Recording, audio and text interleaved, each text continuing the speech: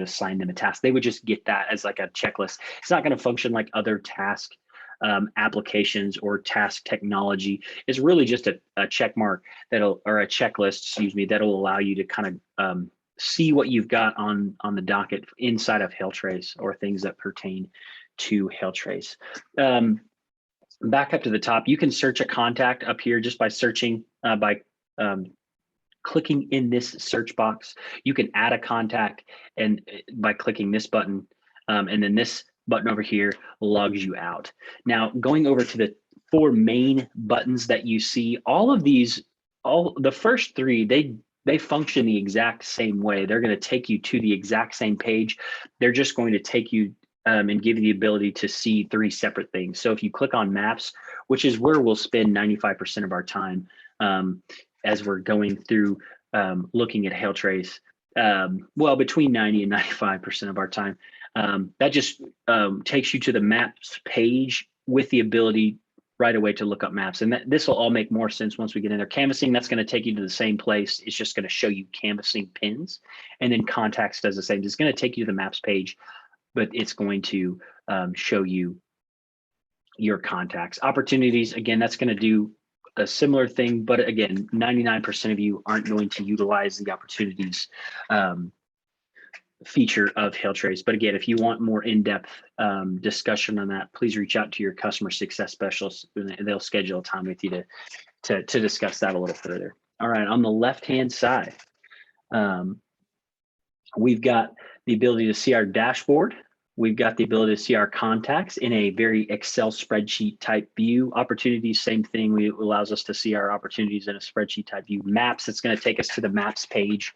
Reports, that's going to take us to a reporting page that shows number of canvassing pins dropped, number of contacts created. And this bottom button takes us to the settings. That takes us to the settings page. So that's kind of a brief overview of the dashboard. We're going to jump into the administration. That's what we're going to talk about for the next few minutes. We're going to start in the admin portion of HailTrace, show you guys how to do a lot of different things. If you're a sales guy, this may not pertain to you, but the next few minutes, we're just going to talk about some of the admin things inside of HailTrace. First being roles. So whenever we get a HailTrace account and you're an owner or an admin, sales manager, project manager, whatever your title is, if you're an admin inside of HailTrace, the first thing that we need to talk about is creating roles. If you're creating users for your organization, all of that starts with roles. So we're going to stay on that settings gear button. We're going to click that. That's going to take us into a page that looks like this, and we're going to start in the roles creation. So we're going to click on roles, and I'm going to show you just a little bit of what it looks like to create a role. So to create, before you can start creating users, you're going to want to create a role for those users. So we would simply just click here to create a new role. That's going to allow us to create a new role. We're going to create a role, and we're just going to call it canvassing. How about that? Boom. We're going to save that. Once we save that, we see that that role has been created. From here, we want to assign some roles. I'm going to let you see some other, let's just look at this sales role. I'm going to click on this. Anytime we click on a role, that's going to allow us to see the permissions that have been assigned. So when you click on a role, you'll see the permissions down below. Now, a couple things to note. If you're creating sub-users of an account, you don't have to assign them maps because they're automatically going to get the maps that have been assigned to you. The thing that we need to really be concerned with or focus on is their permission to do things like account management. So we're going to go in here and we're going to look at account management. We just click the drop down. It's going to show us these things. So this particular role, we want to give them the ability to, we don't want them to do anything with users. That's probably more of an admin based role. So that's creating users for your account. So sales guys, they just typically don't need to do that. We do want our guys that are out in the field to be able to create clients or contacts. We want them to be able to edit contacts most of the time. Deleting contacts, I'll leave that up to you. By default, as an organization, we do not give delete permission to anybody but the owner or main HailTrace user. unless we hear otherwise. So if you're an owner of a company and you want your guys to have deletion permission, please let us know. By default, they're not gonna be able to do that. Custom fields, we don't really need our sales guys to be able to create custom fields. We'll do that on our end as the office manager, project manager, sales manager, or owner. We'll do that on our end. We do want them to be able to create and edit, and then we want them to be able to. We don't really need them to be able to create roles. We don't really even need them to be able to purchase stuff. But these are some of the roles that you can see, and feel free to follow along and play around and get into that if you're the owner or main HailTrace contact. Look at all this stuff. They've got little descriptions there as well. But if you do get lost, please feel free to ask. Let us know. And then if you've got the data piece, that'll show up there as well. So I want to give them the ability to maybe, let's say I want this particular sales role to be able to click on an individual address and see the name information of the person that lives there, but I don't want them to be able to download a full list of, let's say, a few thousand people that were impacted by a swath. Maybe I just want them to, I don't want to muddy the waters and make it complicated for them. I just want them to be able to look at individual contacts. I'm gonna save that there. Canvassing, if you've got the ability to canvas, if you've got that feature on your account, this is gonna be where you would go through that. Canvassing permissions. So create a canvassing marker. Obviously, like I said, we don't do delete by default. View, manage is going to allow them to see everybody's canvassing pins, and then update is going to allow them to update those canvassing markers. We want them to be able to see canvassing regions, but we don't really want them to be able to create canvassing regions. We're going to leave that up to the owner, sales manager, whoever that is. That's pretty much it. Like I said, maps is going to just be assigned to them because they're a sub-user of your account. So if you have an account with Oklahoma Maps, your sub-users are automatically going to get that. So all we've got to do is assign a few permissions, go back up to the top. We're going to hit save, and now we can start assigning those roles. I didn't really do anything with the canvassing. I just wanted you guys to see how to create that work. We've got the sales role that we just adjusted there. So that is permissions and roles in a nutshell. Like I said, before you create a user or a sub-user, you want to create that role. So let's segue into users and sub-users, creating those. So creating sub-users, we would just go to users, and we're going to see who we've got in here. So these are all of our users that we've got right now. So you can see we've got, and that includes you as the main account holder. So we've got 6. We're going to add another row. All we would have to do is go to the users page, hit this pink plus sign, and then we start to add their information. The key pieces of information that we need to create a role are a first name and a last name. So we'll go through that. Oops, Joe, let's just name him Smith. Joe Smith, we need first name, last name. So that's in the general user information. And then the next section that we need is the credentials. So we need a username and an email, and then we need a password. And then we obviously need a role assigned to that user before they can start getting access to their HailTrace account. So we're going to say joe.smith@hoatsroofing.com.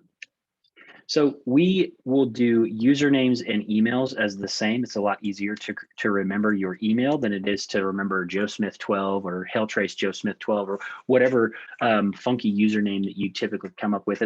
We found that it's just more difficult to find those. So if we just use our email that we use for our company, that's probably the easiest thing to do. So we're going to do email, username, and we'll always just make your whatever email you have as your username. We're going to assign a role. So we're going to, Joe is a new sales guy that has worked for us.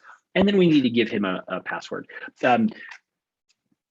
Passwords are typically created on our end by the day that your account is created. That's kind of one of the defining pieces of your password. So whatever date your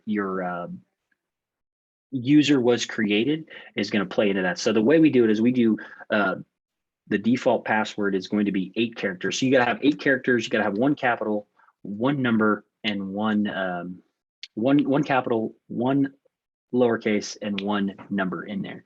So we go with capital HAIL, Hail, and then the date that we create the account. So that's just a 4-digit number, and we do it by day and or by month and date. We don't really worry about the year. So today is August 23rd, so that would translate into 0823. So that 4-digit number. So Hail 0823. You are more than welcome to change it once you get in there. Once you log in, we actually encourage you to change that to something that you are comfortable with or that you can remember. And we'll talk about changing our password here in just a second. Once we've created that, again, we need first name, last name, email, the role, and their password. We're going to save that. I've reached my account user limit, so I've obviously need to go change that. We'll back out of that for now, and we will not update that. So now, let's say we want to change our password. We're logged in. We've just logged in for the first time, and we don't want to have to remember Hail 0823 with a capital H. So to change our password, we would just go over to the left-hand side, and we would see our little username, and we would just click on our name. So whenever we're logged in, we would see our name. So I would see Matt Grassmeyer right across there if I was logged into my account. We just click on that, and that's going to pull up a pop-up box. It's going to be our information. So I could add my phone, I could add my address, I could add a lot of things.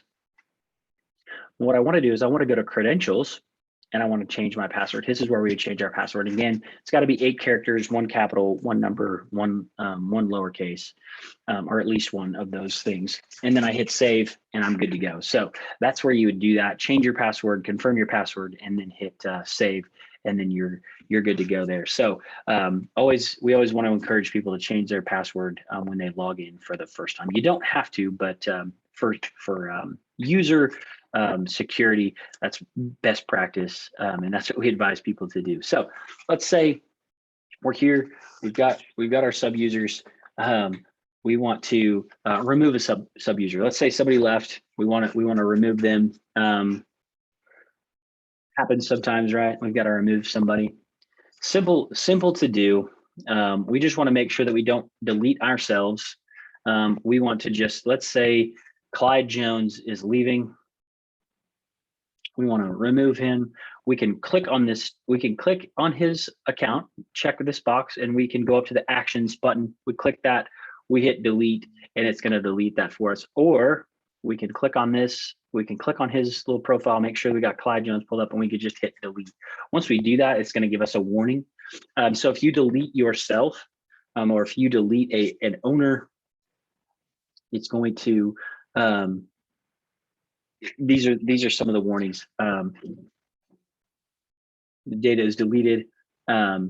Sub-user, if you delete a sub-user, all that data is going to be transferred to the main owner. We don't want to do that today. I just wanted to show you guys how to actually do that. And that's how you would delete a sub-user. So you just click on them, hit that delete button, and then you're good to go.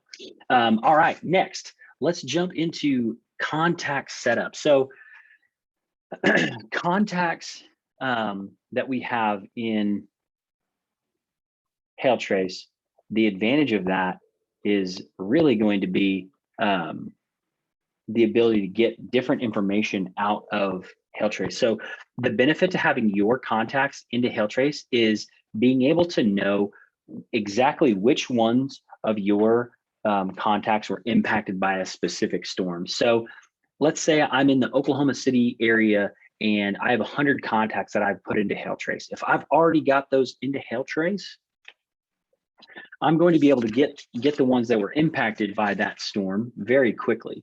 So if a storm rolls through Oklahoma City and 50 of my contacts are impacted by that storm, I'm going to be able to quickly get a list of all 50 of those and the size hail swath that they were impacted by. So it's just a really great way to be efficient at knowing who. The alternative is, calling or driving around where your customers are and knowing, just knowing that they're impacted. This just allows you to manage that and get to that information as quickly as possible. So we've timed that from opening up a new Google Chrome browser page to actually getting our contacts delivered that were impacted by a storm delivered to our inbox in our email inbox.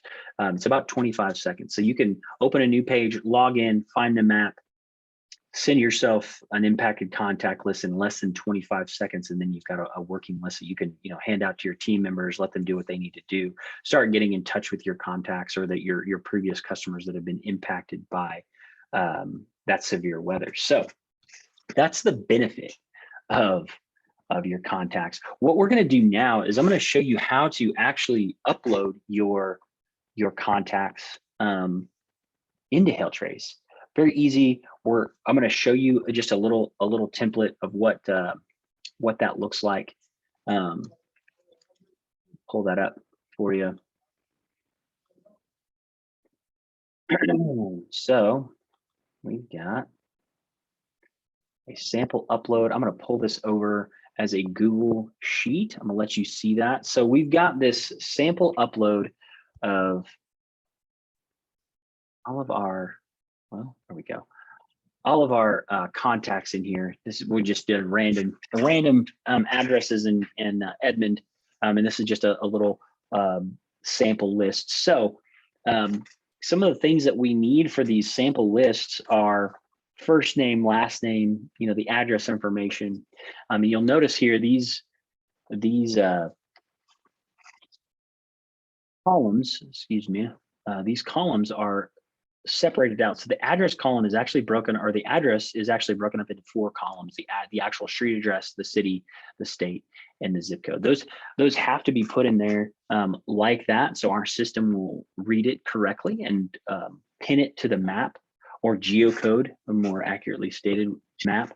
And then from there, we can add the other fields that we want. So phone number, mobile phone, email, those types of contact information, those are always good to have, obviously. But then we can add other fields like home value would be one, length of residence, how long have they lived there, shingle type, roof, the roof date. Maybe you track the last time you put a roof on somebody's house. You'd want to put that in there. If I put a roof on their house in March of 2020, I'd want to note that. So that's going to help me make some decisions, right? So this is what a list would look like. We just want this to be in Excel. Make sure that it's an Excel file, and then we can upload, and I'll kind of take you through what that looks like. So this is the sample file of in Google Sheet form. You can't upload a Google Sheet. You'd first need to, if you did it in Google Sheets, you just need to download that as there it is, as an Excel file, and then upload it to HailTrace. So before we do that, before we go through the kind of the process, or at least a few first steps of getting a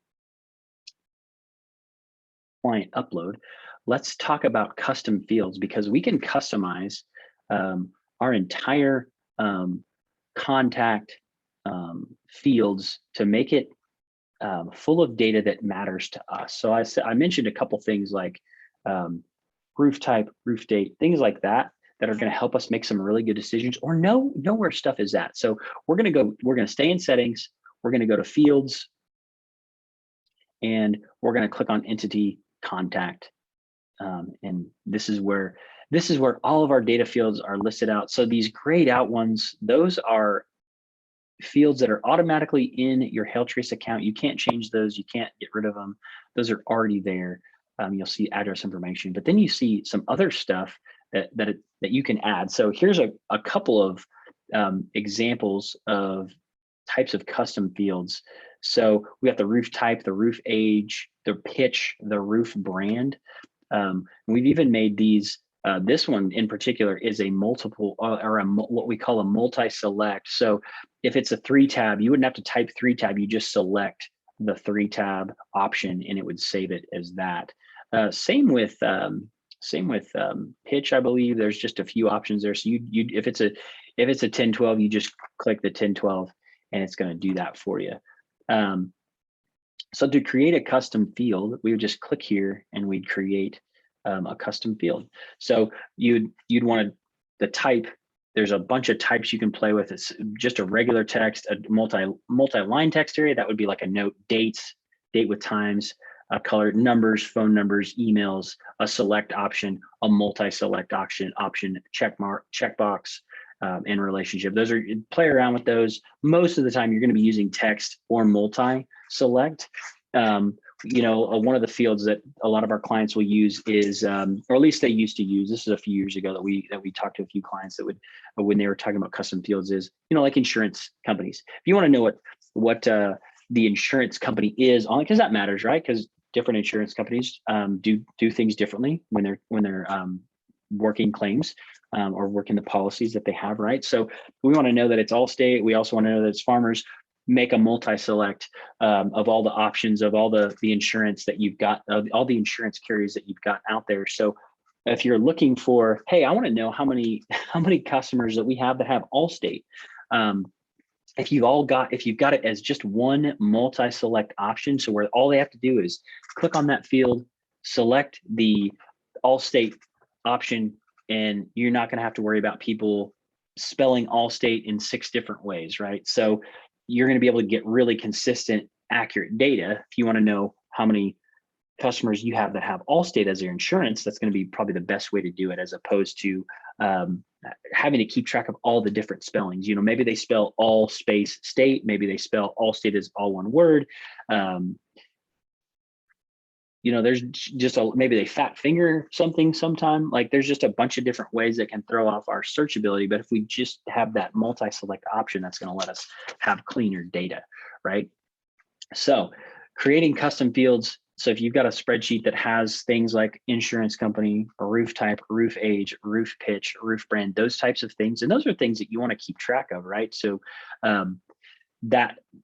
do that here, and you're going to have a bunch of custom data right at your fingertips. That's going to make life in HailTrace a lot easier as well. So with that, let's jump into the upload. I want to show you guys how to upload our clients. We're not going to do a full upload. I just want you guys to see what that looks like. So upload, we're going to just hit the upload button. That's going to take us to this page that allows us to, well, upload. Let's see, from there, let's see here.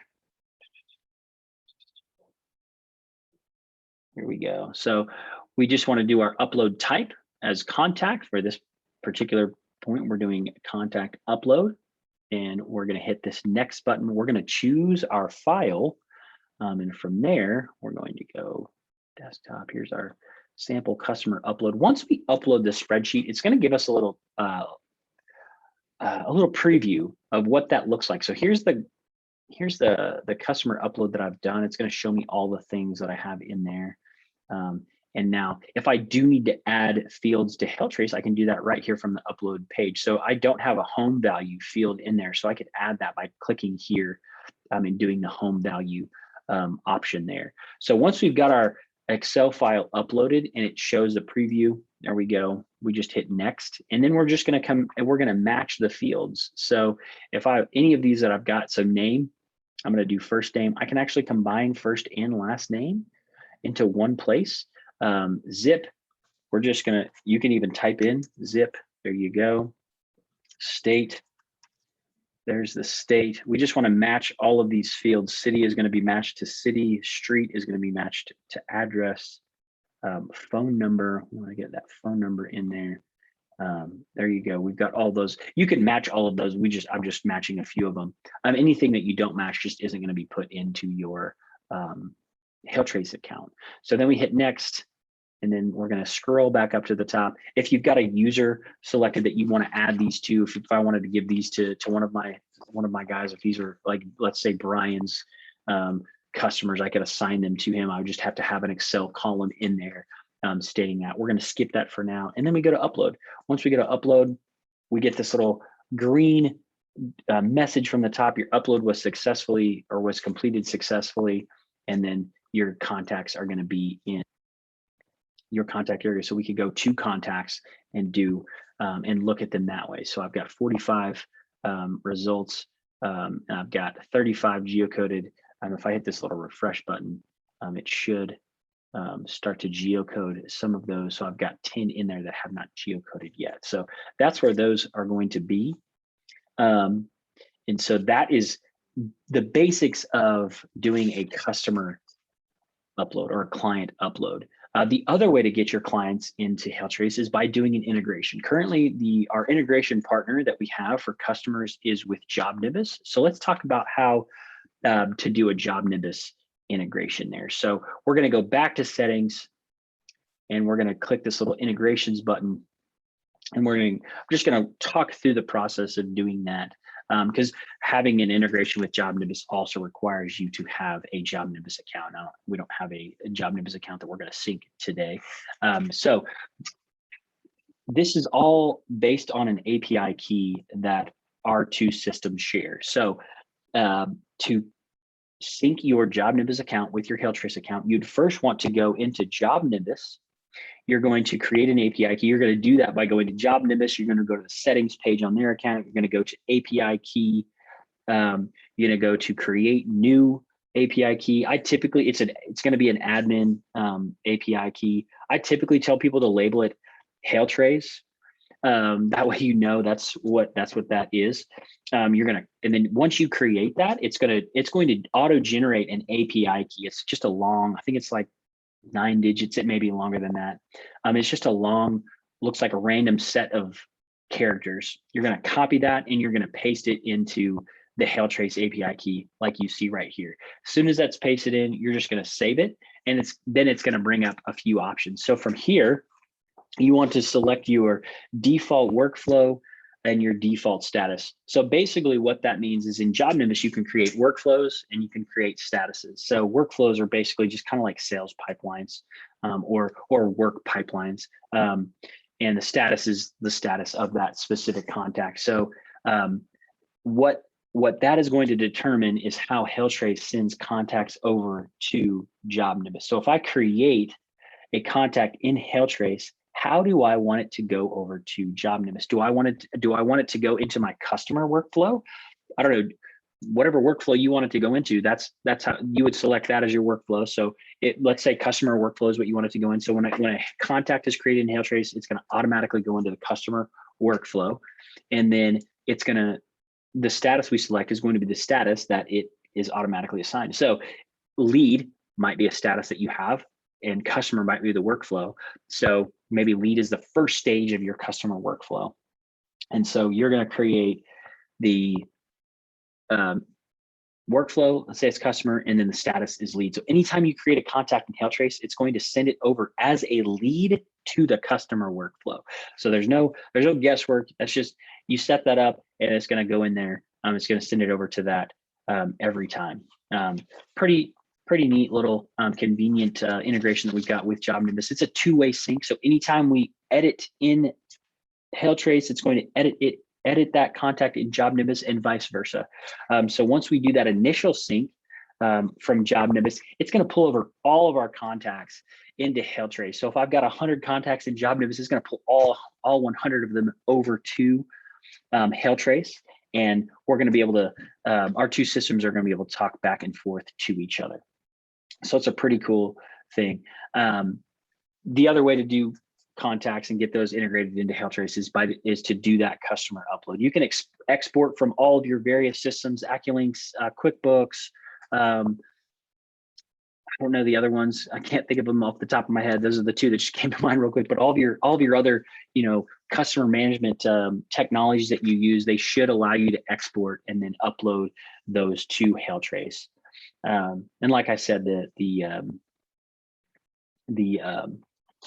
advantage of that, or the benefit of that, is knowing which of your customers were impacted and when, and being able to quickly pull that data out of customers that were impacted by a severe storm. So that is the integration. You can pause the integration. There's just a little button that once it's set up, it just says enable. You can pause that and change, if you want to change your default workflow or default status, you can do that as well.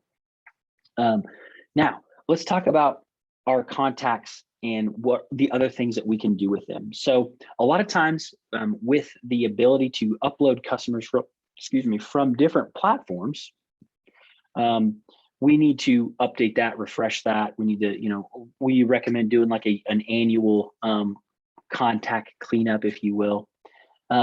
So we can download our contacts. A lot of times we want to download all of those, get all the information that we've been keeping in HailTrace. So we would do that just by going to download over here on the left-hand side. We select contacts and then we hit download. It's going to send us an email with a spreadsheet of all of our contacts.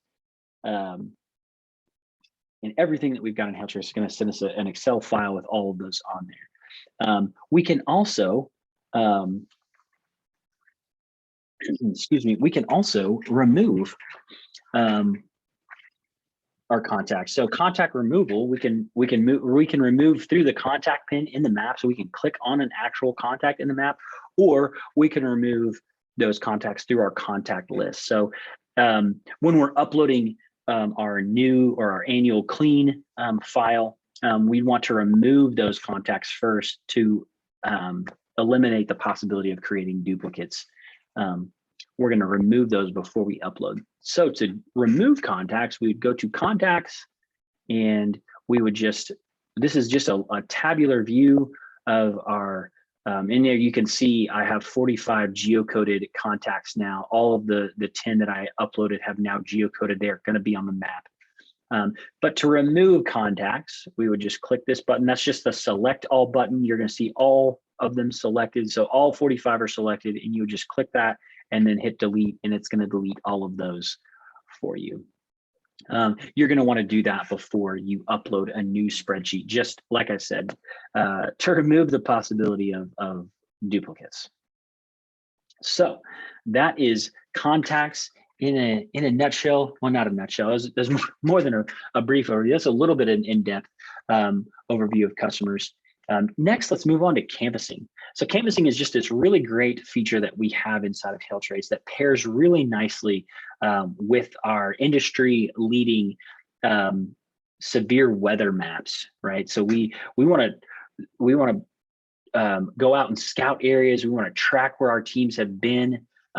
Canvassing gives us the ability to do that. But before we unleash our team to go canvass and just drop pins just wherever they want, we want to give them a little bit of direction. Right? We want to give them a little bit of parameters so they know exactly what they're doing. And we also want to all be on the same page as a team. We don't want 4 different pins that mean the exact same thing. So we want to create some canvassing marker types. You guys should be able to create some canvassing regions. And then we'll talk about creating custom canvassing pins to kind of keep track of some of the stuff out there, similar to what we would do with contact pins. So let's jump into canvassing and creating and deleting canvassing marker types, and then we'll move on to regions and go from there. So we're going to go to the maps button. So before, like I said, before we unleash our team to go just start dropping massive amounts of canvassing pins, we want to give them a little bit of direction. So we're going to click on this maps button, and that's going to take us in here. Don't worry about any of this. We'll come back to all of this. I'm going to show you how to use all of this stuff. For our purposes right now, we really just want to create canvassing pins. So we're going to go to the left-hand side. We're going to look for this magenta settings button here. And this is going to pull up a bunch of different options. And again, we'll go over all of this stuff here in just about 10 minutes. We'll get into that. So we're going to scroll all the way down to marker type. We want to add a marker type. Just click add. We want to select the marker name and then select the icon. I'm going to show you some examples of some canvassing pins or marker type pins that we've got in here. So I typically try to look at canvassing pins in a couple different segments. So one is kind of the customer behavior. That's the stay away. That's the not home. That's don't come back, or not interested, or come back when my wife's home, or whatever that is customer behavior types. And then there's the data side, right? A strong lead would be maybe a customer behavior. They're really interested. Then the data driven ones are things like roof type. Those types of things can help us be very data driven with what we're looking at.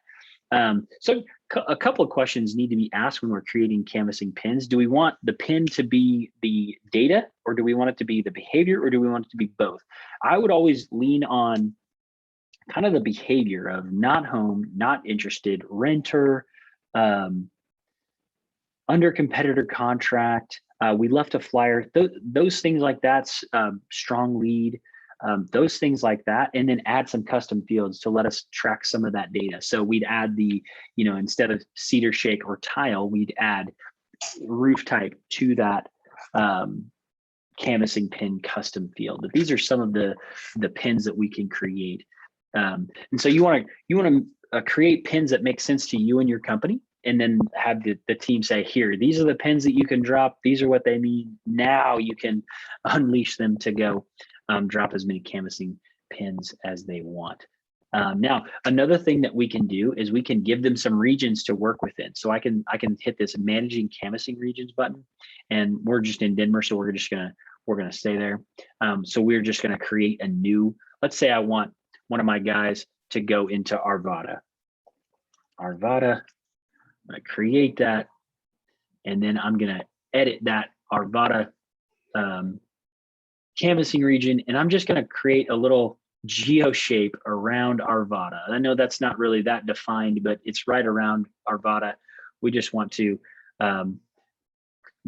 anytime you click, it's gonna drop a point, and then you just wanna connect those dots. And then I can get a little color. Let's say I can get a color right there, and I can assign that color. And then I can also assign that to users. Let's say I want Brian to do that. I'm gonna hit save.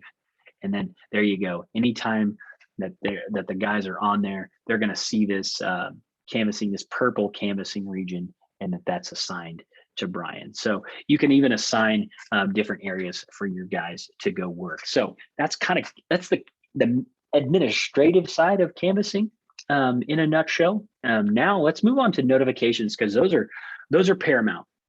We're kind of done with the admin side of things, and we're moving into what everybody is going to want to be able to take advantage of. And so the first thing that we typically try to do with new accounts and new users is getting their notifications set up, because that's the foundation of being able to take advantage of HailTrace's technology and leverage that data that you've got inside of there. So you want to be informed of things that are happening as soon as they're happening. So we're going to go in the website, we're going to go back to the left-hand side of the screen. We're going to click the settings gear, and that's going to take us back to that settings page. And we're looking for the button that says notifications. And so now we're going to go into some of the usability of HailTrace, how to use maps, how to do different things there. And then we'll talk about the mobile app as well. So let's talk notifications. And once I hit this notifications button, let's hit that actually. There we go. It's going to bring up a little screen that shows me a few different things. So there's two different things that we've got to do before our notifications are turned on. We got to tell HailTrace what type of notification that we want to receive. And then we've got to select where we want to receive those notifications for. So two different options. We can get task reminders. Remember at the very beginning, I showed you a little on the dashboard, there's a task section. We could do task reminders. So if I assign myself a task or somebody else assigned me a task, I would get a notification there. So the task part, that's kind of a preference. If you want those, great, turn them on. But I think paramount to HailTrace and being successful with HailTrace is this bottom section. That's the other notifications. That's the weather notifications. And so there's really two different ways to get it. You can get a mobile, you can get an email. The mobile is going to come as a push alert from the app. The email is going to come just to the email that you use to log in to your account. So once we've got those on, you can turn on both. You can turn on one. I like to only do the mobile because the emails, it just kind of takes over my email. Especially if you're looking at nationwide notifications, that's going to fill up your inbox really fast.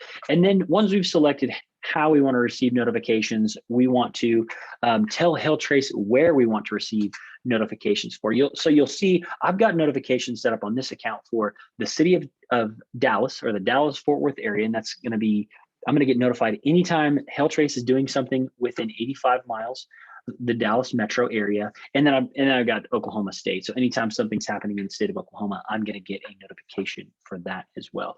Now, one thing to note, notifications are user base. So anytime there's a new user, you want to go ahead and make sure that that those notifications are turned on, or that they turn on their notifications, and they would just come here to do that. When we set up notifications, we will mirror the admins or the owner's notifications to make sure that we take a little bit of work off your plate. You don't have to worry about it. If we create a user for you, we're going to go ahead and assign them their notification regions, and then they'll be able to know what's happening and when. So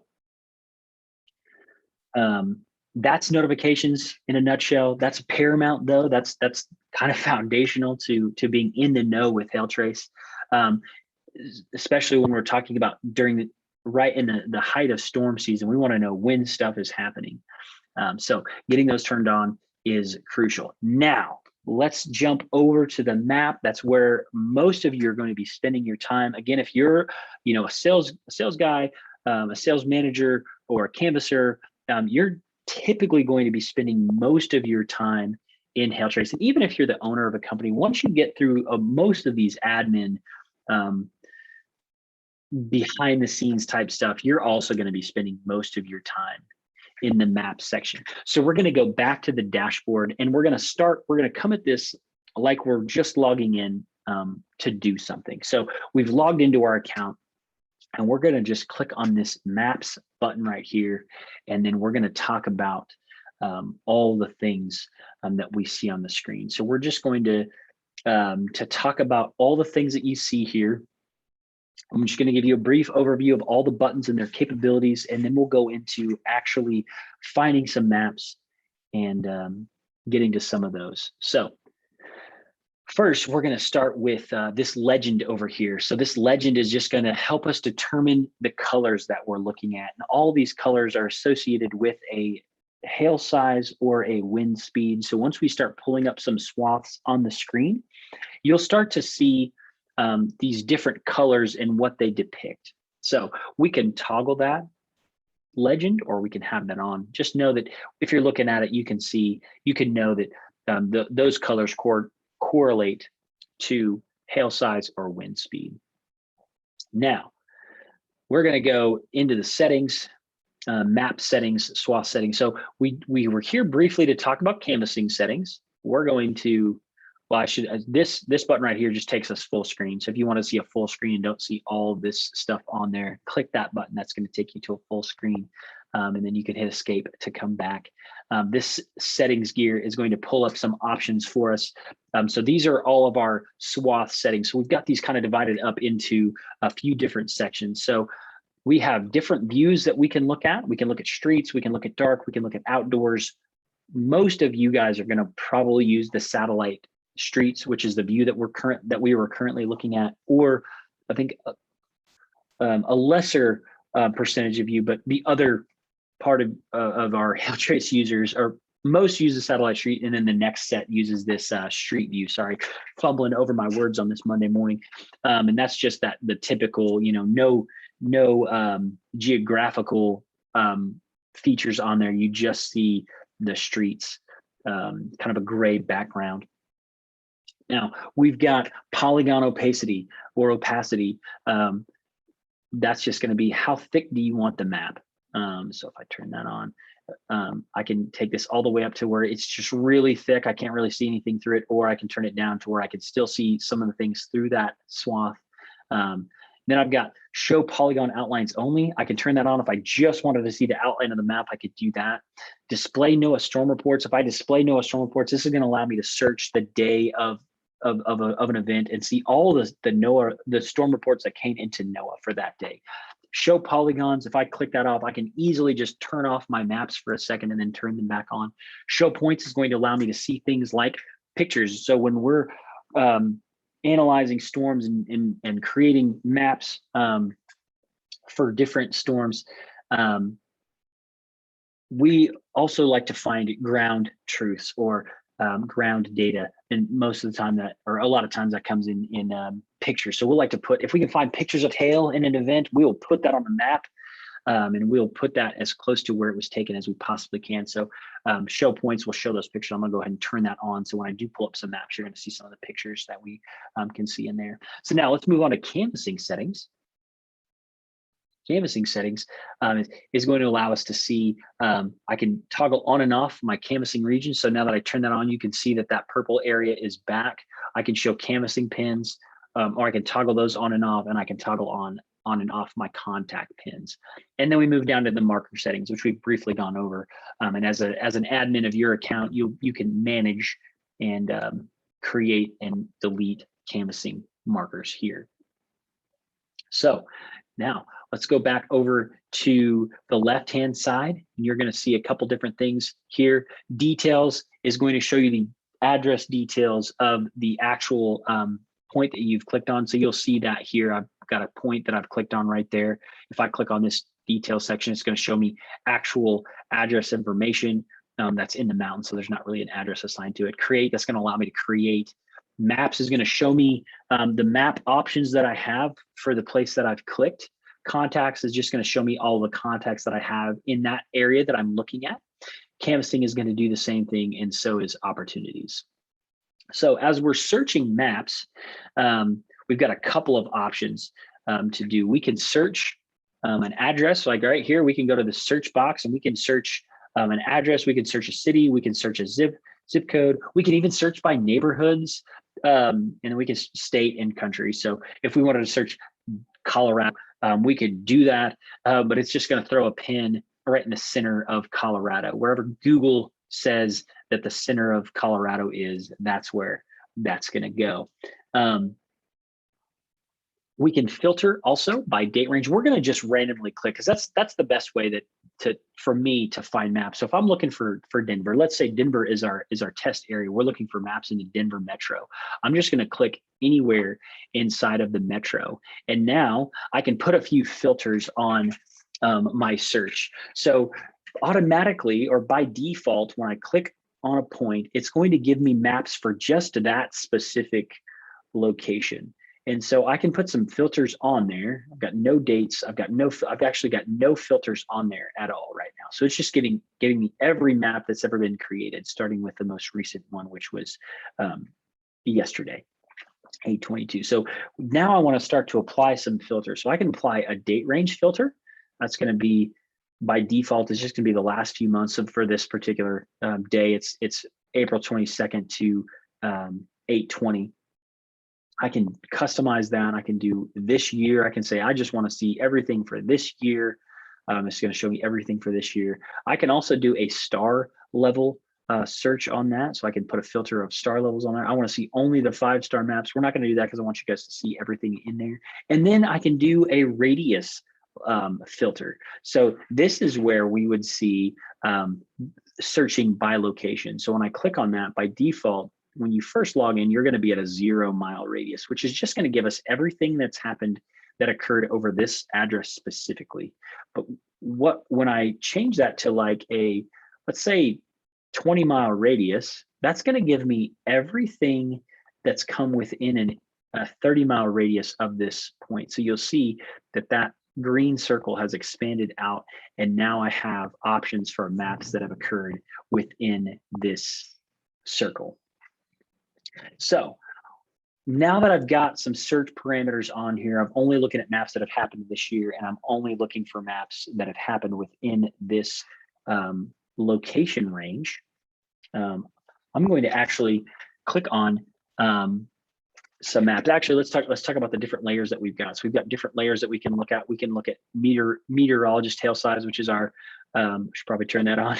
So I'm not wondering why those maps aren't showing up. We've got the algorithm hail size data. We just added the algorithm earlier this year. It's the best algorithm in the business. The guys that create that are just phenomenal at what they do. And then we've got the meteorologist winds. It's the only wind maps available in the industry that are actually mapped by a meteorologist. So they're looking at radar data and mapping it similarly to how they would map hail. And again, those meteorologist hail sizes, those are also hand-drawn maps by real experienced meteorologists who are looking at a lot of different data sets, not just radar data and not just an algorithm. So they're making some they're making some assessments and analyzing a lot of different things there. So now that we've got all those layers in there, we're going to actually pull up some maps. So let's talk about pulling some maps up. So I'm just going to click this box right here, and whatever layers I've got on, it's going to show me those layers on the map. So I can see I've got up to 2-inch hail for the net-based map, and up to 2-inch hail for the algorithm. So these symbols right here, that person, that's just going to be the map that was drawn by a meteorologist. That little wind icon, that's going to be a wind map that's available. And then this robot looking guy, that is the algorithm based map there. So now that I've got a map downloaded onto the screen, you see those show points, that point that I see up there. When I hover my mouse over that, that's going to allow me to see some of the pictures that were taken from inside of that map. There you go. And as I zoom in, some more pictures are going to pop up, and I'm going to be able to see some really cool stuff. Let's zoom in. I think there's a few more in here. There's one, right? So that's a pretty good size hailstone. So now that we're looking at this map section, this is how we search for maps. So there's if we look all the way at the bottom of this, take our mouse all the way to the bottom of this section, we see 3 different options. We see search, we see downloaded, and we see favorite. So the search section, that's where we're going to search all of the maps. Downloaded is going to show us all the ones that we have. All the ones that we have downloaded. If I wanted to clear all of those downloads, I could just hit clear downloads. That's going to take care of all of those. And then the favorite section. Anytime we favorite a map, all we have to do is click this little star. It's going to favorite that. And when we go to our favorites, it's going to show up in that search as well. So back to finding maps. Let's do our radius again. Let's do 30. We'll keep it at 30. Once we've selected our search parameters, we're going to go back and click on that map, and we're going to be able to see that map. So when we're in here, excuse me, we have the ability to look at multiple different storms. So a lot of times, maybe we want to see an area that was impacted by a couple different storms. So let's talk about overlaying some maps. So we've got the ability to find what we call honey holes. So layering maps is a great way to see multiple events go over the same point. So if I select this point right here, I just move my pin in there and I change my radius. What this is going to allow us to do is a lot of times we'll get a date. It doesn't drop a lot of hail, but we see that there's some roofs that have sustained some hail, right? We're not really necessarily sure that it came from that exact event. So we just want to see if there's some historical evidence to hail. So we're going to be able to do that by just taking our radius down just a little bit. We're just going to make this really small to just cover that little section right there. And so when I do that, I have the ability to find different historical storms that have maybe come into that area and possibly find a little honey hole. Or things. So like you can see some of these areas that have been impacted a couple times in the last, so that's just wind. We don't want wind. We want maybe 2019. So now you can see this little area that's had a few events, and now I can maybe target that area while I'm also targeting this area. So back to our legend, if we look at our legend, we can see all of these colors mean different things, right? And if I hover my mouse over a specific swath, it's going to give me these weather events down the bottom right-hand corner of the size hail that swath indicates up to. So that orange swath that has a person next to it that says hail size 1.75 inch hail, that's up to 1.75 inch hail was falling in that swath. So when we're looking at maps, we're looking at areas that have been impacted by hail or areas that have had hail occur in them.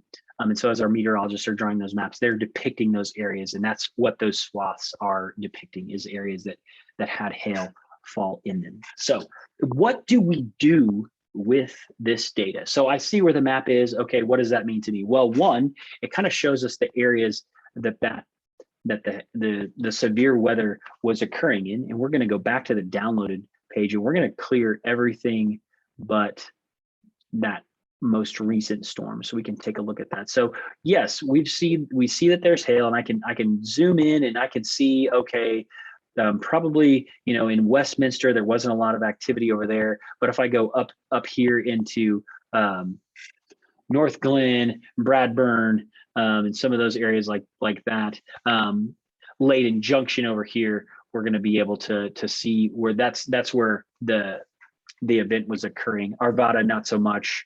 Wheat Ridge, not so much. Commerce City, we're kind of away from that, right? So we can determine where hail was falling in a specific event. The other thing that we can do is get our data out. So we talked about getting our data integrated with HailTrace, whether that's through a job nimbus integration or uploading our actual client base, right? So once we've got a map downloaded, I like to look at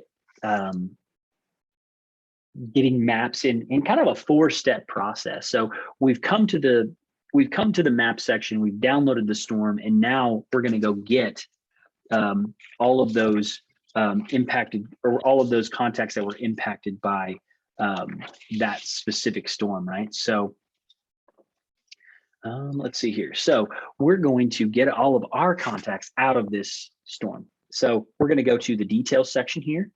That's going to show us a couple different things. So that's going to show us the address specific details of the point that we've clicked on. And if we go back to the map, you'll see that that's up here.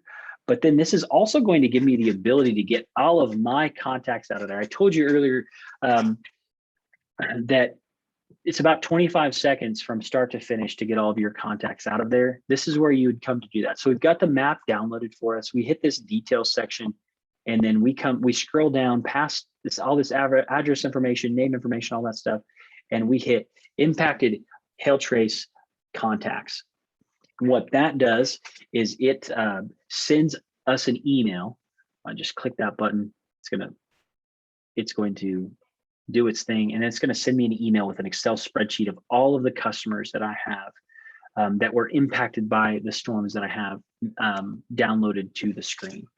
And that's going to allow me to more efficiently reach out to my existing customer base, right? So the quicker we can do that, the better. So as soon as a storm happens, you should have a process set up and ready to go, and somebody that does that for you, or that you do automatically. Storm happens, download that storm, get that impacted contact list, and then you're off and running. You get that to the right people. Let's say Johnny has 10 guys that were impacted. You get, hey Johnny, here's your current customer, your former customers or existing customers that have been impacted by hail again. Joe, here's your 5. Go out and go get in touch with those people. Maybe you do that as a company.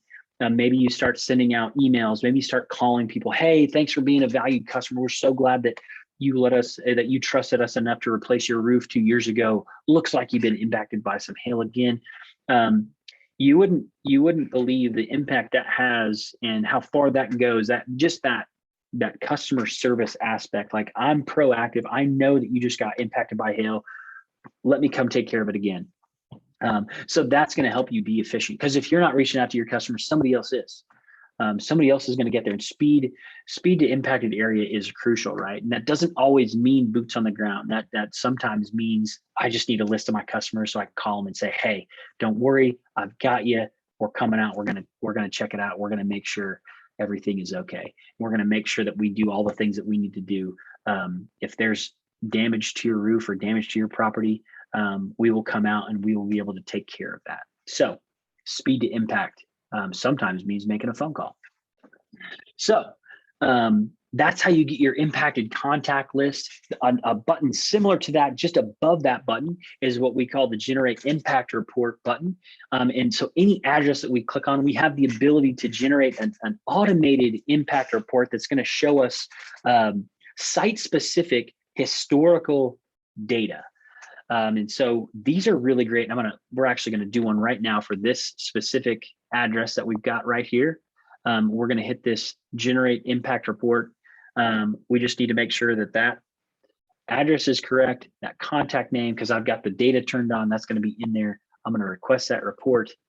And then that's going to show us things like all the historical data, all the address information, all that kind of stuff in there. What this is this a really great tool, can kind of be used as a marketing tool. Really great idea that one of our team members in the customer success team came up with, was putting your information down on that. You know, you hand somebody a business card that most of the time gets thrown in the trash, right? If you put your contact information down here, your name, your phone number, your email address, things like that, this can be kind of a business card that's more pertinent to them, excuse me. And there's just more chance that they're going to want to keep that, because it's their specific address, it's their property, it's their historical information, and then it's got your information on it. So I know for me personally, when Antonio, one of our customer success specialists, came and brought that idea to the table, I thought, yeah, I think that I would be more apt to keep that than I would a business card. I'd certainly want to keep track of that. Like, here are all the dates that your home has been impacted. Man, that's a pretty powerful piece to hand to a customer or a potential customer. So that impact report is available anytime we click on an address. We just need to click this details button, click this generate impact report there. Now, the next step in that report process is the formal report. So we have the ability to do site-specific formal reports. Our meteorologist will take an address, let's say it's this address. We have the ability to create a formal report for you. So we take that address, we download the radar data. Let's say it's this storm, we download the radar data, we go through that frame by frame, and we put together a forensic analysis report for you. Now, while these are not court ready, they can be very beneficial as you take your customer's property through your process. Anytime there's evidence involved, the more and better evidence you've got, a lot of times that just is better. And we've seen these formal reports move some of these along in the process towards or towards the roofs being replaced or property being made back whole. So the formal report is just the next step. This automated report, it gives you automated based on our system. The formal report is gonna put a meteorological expert on to a formal report. The third tier of reports we do have court ready reports. We always want to make that known that we do expert reports that we do send to court. That's done by our lead meteorologist, John Choquette. But he's very thorough with those. Those are like 30-page documents. And if a need ever arises there, reach out to your customer success specialist. He'll get you in touch with Derek and John, and they'll kind of walk you through that process. But that formal report, that can be a really great thing to have as well. So let me show you how to actually get a formal report. So we're going to come down to the bottom right-hand corner. I think I skipped over that. I skipped right over that. So I apologize to you. Now we're coming back to it. So you kind of know bottom right-hand corner is our in-app chat. That's going to allow you to communicate directly with us. This is manned by the HailTrace team and customer success team. So this is you're going to get a response either from your customer success specialist or from other team members. And so we're going to start a new message. You don't have to. What I'm about to show you, you actually don't have to have any contact with people at all. You can just order this quickly. You can order this at 2 a.m. You can order this at 8 a.m. You can order this at 2 p.m. We're going to start a new message, and we're going to go down to this. I need a site-specific forensic analysis report. So I'm going to click that, and then HailTrace is going to ask me a series of questions. Great. Let's say I've inspected the property. I can see that there's some stuff that needs to be done to this property. I'm going to be sent a report form. So I'm going to get this meteorological report form, and I'm going to fill this form out. This works on the mobile app as well. So I'm just going to put my name, my company name. I'm going to fill out some information. I'm going to give the address. I'm going to give the event type, and I'm going to give as much information as I can so the HailTrace team and those meteorologists can pull that data and give me exactly what I need. Once I send that, like this says, it's going to be sent to you via email to the email that you've got on file there. So that is probably the easiest way to get a formal report. You can also reach out to your customer success specialist, and he can help you get that set up as well, or she. They can help you get those things set up. So if you need a formal report, do it this way, or get in touch with your customer success specialist, say, hey, I need a formal report, and they'll get you taken care of. So now we've talked about impacted report. We've talked about generating an automated site-specific report. We've talked about formal reports from our meteorologists. Now let's talk about creating contacts. So a lot of times when we're working areas, we want to create a contact. So pretty simple. So we can do that a couple different ways. So we've clicked on an address, right? Let's go back up to that address. We've clicked on an address here. It's got the address information. We will discuss prospecting data, the data set that we've got that you have at your disposal. If you've got that as part of your plan, we can create a contact a couple different ways. So we can create a contact straight from that detail set. It's going to auto populate all the fields that it sees on there, address information included, and then we can fill out all this other information down here. Maybe we do know the roof type. Maybe we're standing there, we see that it's a 3 tab. Maybe we know that it's a GAF. Whatever the case is, we can fill out all that information. We can add some notes if we want. Customer has a dog. Maybe that's something that we want to put in there, so we know some things that are happening. Anytime we look at this contact, we can kind of know some different things about it. Once we're done, we hit that save. It's gonna show us this this contact information page. It's going to give us the weather impact history. We can see going back all the way to 2017. We had some stuff there, 18, 19, 2 and 19, and 1 and 20. We're going to hit this X button, but that's where you'd see all that contact information. Or we can hit this create button and we can click this contact. It's going to allow us to create a contact the same way again. We're going to close that because we don't want to do that because we already created that contact in there, right? So now editing a contact, if we go, let's just click here, and where did my contacts go? Scroll in there. I don't know if I saved that or not. I can't remember. There it is. I did save it. So we just click on that contact. Now to edit a contact, we would just click on the contact and we just hit edit. Now we can add some different things there. Maybe change his phone number. Maybe we've got a new note to add. We can do whatever we want there. Let's add a note. So we actually are required to hit the save button now. Customer has a dog. Now we hit save. It's gonna attach that note to, you go. So there you see that note there. Now we've saved that. We can hit this X button. Now that note's saved in there, and then we can go from there. Now, we've talked about creating contacts, editing contacts. We've got that impacted HailTrace contacts report. We've got that automated site-specific report, formal reports. You guys know how to do that. Now let's talk about that prospect data. So anytime we click on an address, like I showed you, if you've got that prospect data, it's going to show you, click on an address, it's going to show you some information, contact information, name information, address information, and in a lot of cases, even a picture of the address. The other thing that you can do with prospect data is download full lists that pertain to those swaths. So if I'm in this yellow swath here, you can see that I'm in this 1.25 inch hail swath from August 19th.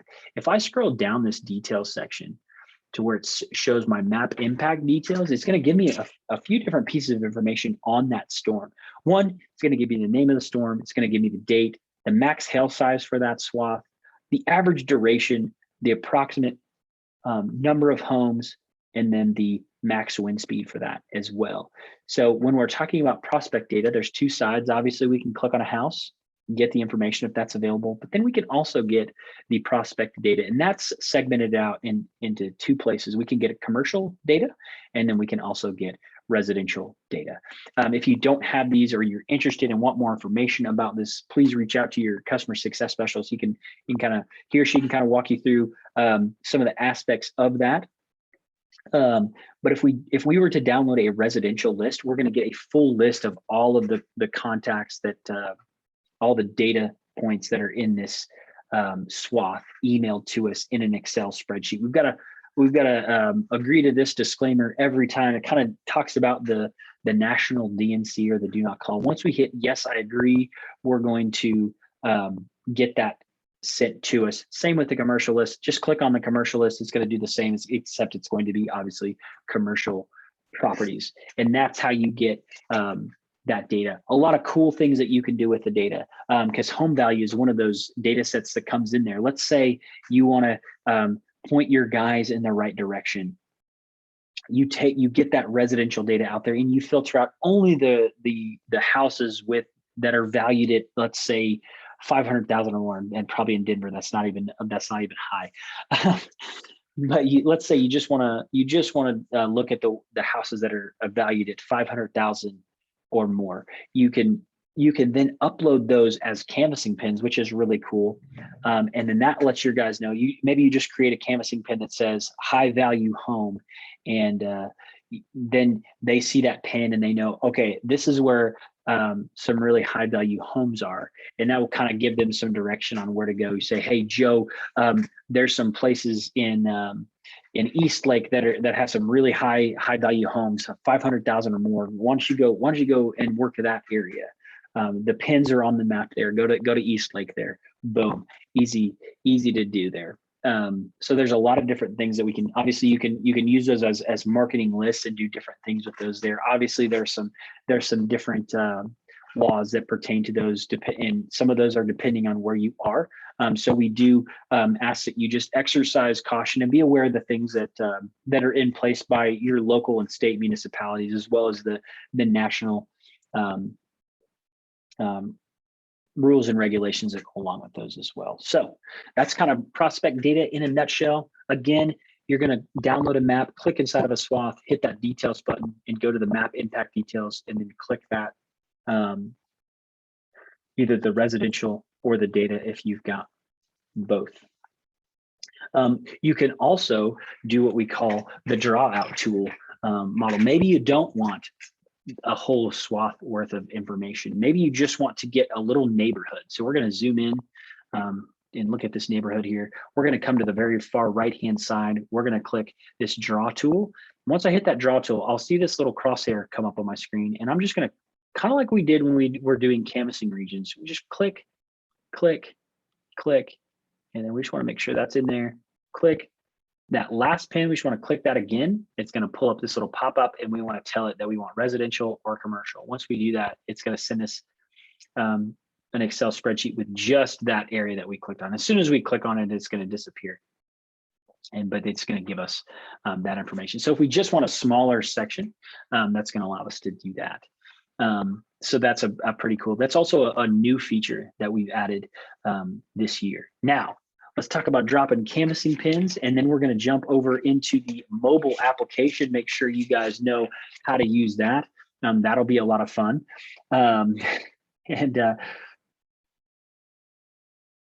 So if we're talking about dropping canvassing pins, the majority of people who drop canvassing pins don't do it from the website application, but it's good to know, because we can do digital door knocking by just understanding what's out there. Maybe we're looking for houses with pools, and we can just mark up houses with pools. Maybe we can see the type of shingle it is from the city. Maybe we just know, oh, you know what? I know that what type of shingle it is. We can still digitally door knock, but it's also just know how to drop a canvassing pin. So we're going to hit this create button, and then we're going to click on an address, and we're either we can drop a contact pin, or we can drop a canvassing pin. So we want to just make sure that whatever we want to do is highlighted. So we click on strong lead, or we click on not home, whatever the pin is that we want to drop, we make sure that's highlighted blue. And then we just click on this plus sign, and it's going to drop a pin for us. And then we can just move on to the next house. So if we want to drop that pin again, we would just click that plus sign again, and it's going to do that for us. Let's say we want to do, we left a flyer, boom. And now we've dropped those pins. And we can always come back and edit a pin, edit.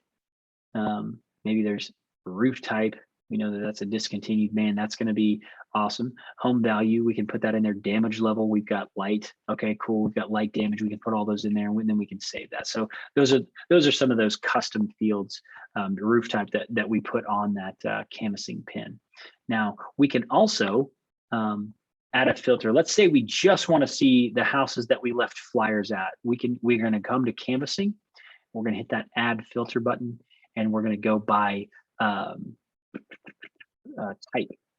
and then we're going to just put left flyer. and I want to hit that plus sign, and now I can just see the left flyer. So it looks like I've only got one left flyer pin in this area, which is fine. But that's how you would do filter, and then we're gonna actually cancel and take that filter off.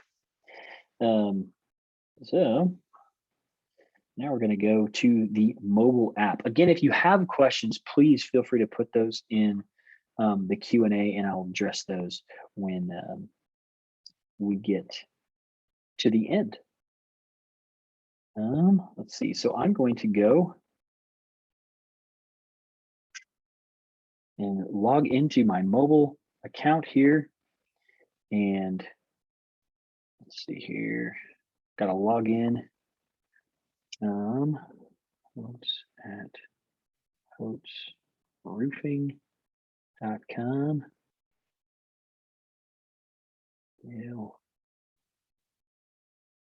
Boom.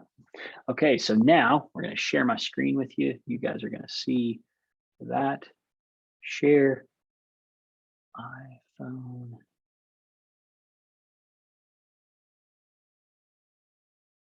Now you guys should see this here momentarily. Now let's talk about the mobile app. So what you're looking at right now is dashboard. So from there, we'll talk about the dashboard, but first let's talk about notifications, because again, that's foundational. So if you ever want to check your notifications and you want to do it very quickly, we could do that from the mobile app. So we're looking at our dashboard. There's a button in the top left-hand corner that logs us out. The button in the top right-hand corner, that's going to allow us to see our notification settings. So that pulls up similar to how it's laid out on the website, just a little bit different. It's going to show you how you get notifications. Again, there's that mobile, there's that email, and then where you receive notifications for. So if you scroll all the way down, you can go until you see the green button there. So that's toggled on. You don't have to do that though. You can also just search. So if I wanted to set up Texas notifications, I could just do TX, and that's going to show me all the notification possibilities with Texas. And one of those includes the whole state. I can toggle that on, and then I'm good to go. Now, all I've got to do is hit that back button. Maybe can't get it to work there. Fat fingering it. I don't think my. Let's see if we can get this. There we go. All right, so now we're looking at the dashboard. So on the dashboard, we've got, I'm just going to do this from top to bottom. Maps, that's going to take us into the map section. Tasks, that's going to take you into tasks. Again, that's just a kind of a checklist to go through that you can give yourself there, right? So let's see. Underneath that, we've got the canvassing leaderboard. That's going to take you into just kind of, what we were showing you on the website, just who's dropped what as far as pins go. Training videos, that's going to just be short little videos, tutorials on the mobile app. Derek Klein, our owner and CEO, has put a few of those together.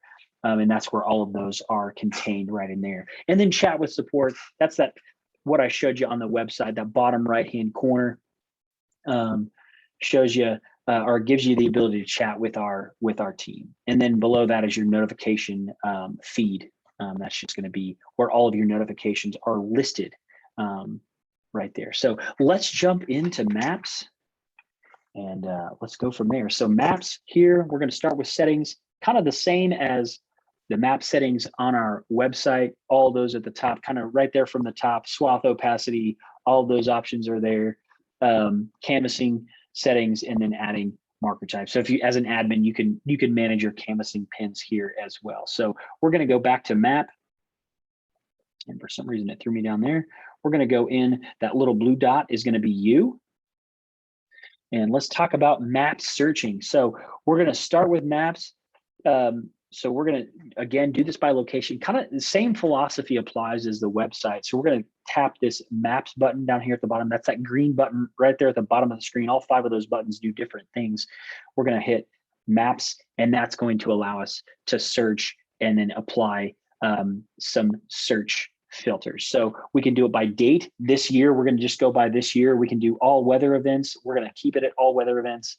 And then we can do the radius. So below that weather events, there's no radius. There's 0.1 miles. There's 1 mile. There's 5. Let's do a 10-mile radius around where I'm at, and that's going to give me a different set of. Actually, let's clear all these out and then go back to search. So now I've got all these maps available to me. So if I can do this, I can put maps on the screen based on the type of map I want to see. So if I want to see all 3 of them, I just hit all 3 buttons. So I'd hit the Met created map, the Met wind map, and then the algorithm map for that 822, and that's going to show that map for me. You'll see a green little message from the top of the screen that shows you that it was downloaded successfully. Same tabs as you saw on the website as well. You've got the downloaded, and then you've got the favorite as well. So we're going to go back to search. Now I just want to swipe down a little bit and then go back to, oops, sorry. Let me go back to, oh, wait a minute. I guess it would help if I determined where my location was. So let's actually search in Oklahoma. I'm going to tap on an option there, and then I'm going to hit that maps button. That's a very crucial step. So I apologize for skipping that. Make sure you tap on the map to determine your location, and then you can see I've got a different set of maps now. Again, we're going to go wind, met, and algorithm. Now I see those downloaded successfully, and I'm going to go from there. Now you see all these orange and green dots. Those are all of my canvassing pins and all of my contact pins. I can easily hide those. Let's say those are kind of getting in my way. I just want to see the maps. I'm going to go to that settings page, and I'm going to hide those contact pins.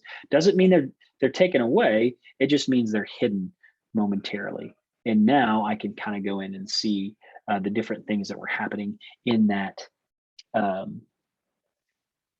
area. So I've showed you how to load a Met hail map, an algorithm hail map, and a Met wind map. So now I'm looking at this map, and now what do I want to do with it? Well, I want to get some details out of it. Now, while I can't export data lists, either prospect data or my data, I can look at a bunch of other things and make some other determinations, as well as canvas in here. So we're going to just tap inside of a swath. We're going to move that location, and instead of hitting that green map button, we're going to hit the blue I button in the very bottom left-hand corner. That's our details section, and that's going to open up a new page. It's going to give us some different statistics and details and some information there. So first thing that we see at the top of the screen is that order impact report. That's that automated report. Allows us to get that automated site-specific historical data.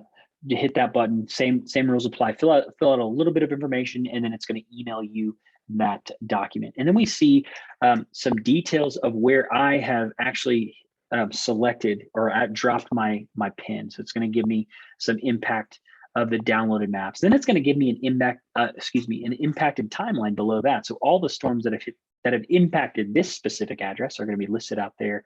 And then there's some other cool data sets, number of impacts per year for this address, max hail size per year for this address, and then max wind speed for this address. So that's the impact history section. And you'll notice at the bottom of the screen, there's a couple more tabs that we have to go off of, right? So the next one is the place details. That's going to give me the house number. If I have prospect data and that's available, you're going to see that information listed right here as well. So if there's name and contact info, you're going to see that listed right there as well. And then the third option is to create. And so whatever location that I have tapped on, wherever I've set my location, if I hit that create, it's going to allow me to drop or create some things, drop different pins, either a contact or a canvassing pin. We'll come back to that in a minute, because that's not the most efficient way to do it. You can create a contact or a canvassing pin that way, but that's not the most efficient way to do that. And I'll show you that in just a minute. Now, if we go back to our settings and look at contact pins, now we've got the ability to see all of our contacts in this area. I'm going to zoom into a section that's got all of my contacts, and I can see those there. I can also hit my contacts button and just see a list of those laid out if I don't want to look at all those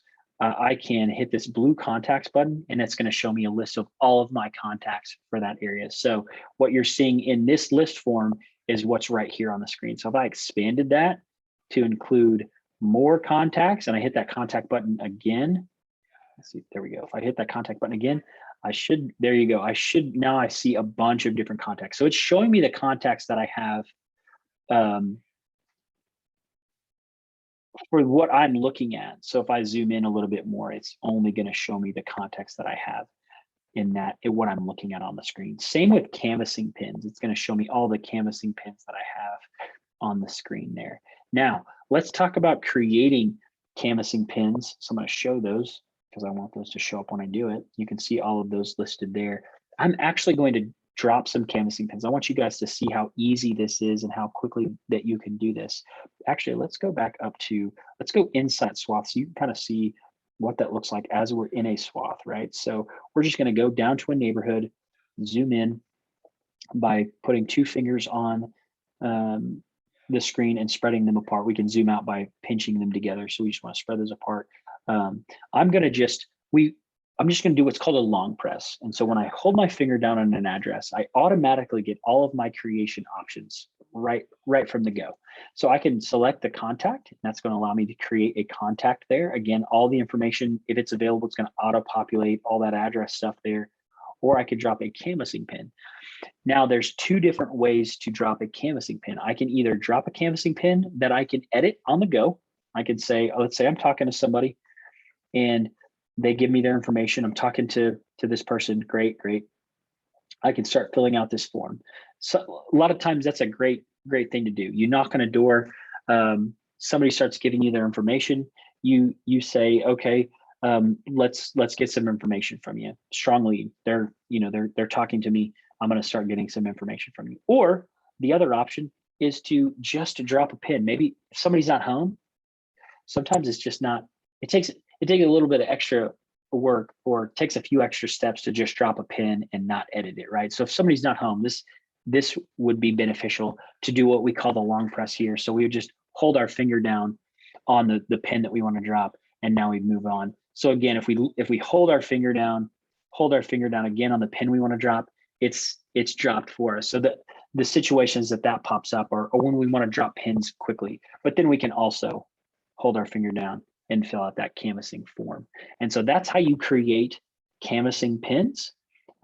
Joe Smith, he's pretty popular today. Save, that's going to drop that pin for me. And if I move my pin, we can see that strong lead is there. So a couple different ways to drop some pins. So that is a kind of full breakdown.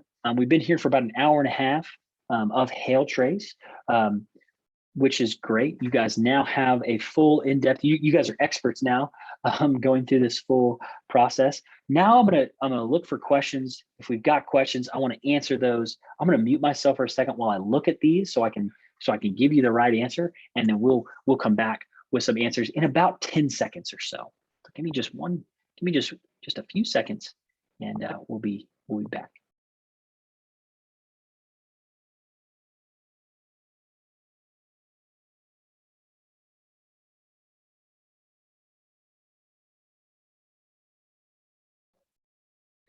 All right, it looks like we don't have any questions, which is fine.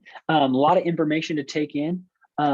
If you do have questions, please do not hesitate to reach out, get in touch with your customer success specialist. Give us a call at 855-334-4245. I said there's no questions, and yes, we will email this recording out to everybody that was registered for this webinar. We will send this out to you as soon as it's done processing. Look for that later today from the HailTrace team. But yes, you will have access to this recording for future reference. Thank you so much for being here. We are so excited that you're a part of the HailTrace family. There's so much that you can do with your HailTrace account. We truly believe that you can generate opportunities all year long. And so knowing how to use the system is a very, very important part of that. But then the other part is leaning on your customer success specialist. We've got a team that is just literally dedicated to your success and making sure that you get the most out of HailTrace. That's things like, hey, it just stormed in your area. They go ahead and, they'll proactively run your impacted contact list for you. They want to do things like that for you. Call them and say, hey, I'm having trouble with this, or hey, I need some users added. Lean on them for success, because they really just want to make sure that you're getting the most out of HailTrace so you can generate opportunities all year long. Thanks for joining this presentation. We'll see you guys later today when we talk about the admin panel, which is just what we talked about with, or not admin panel, the admin side of things. We did that. So if you're on this full webinar, you've seen all of that covered, that we'll cover today. And then we'll be doing more trainings like this every day. You guys have a great Monday, and we'll talk soon.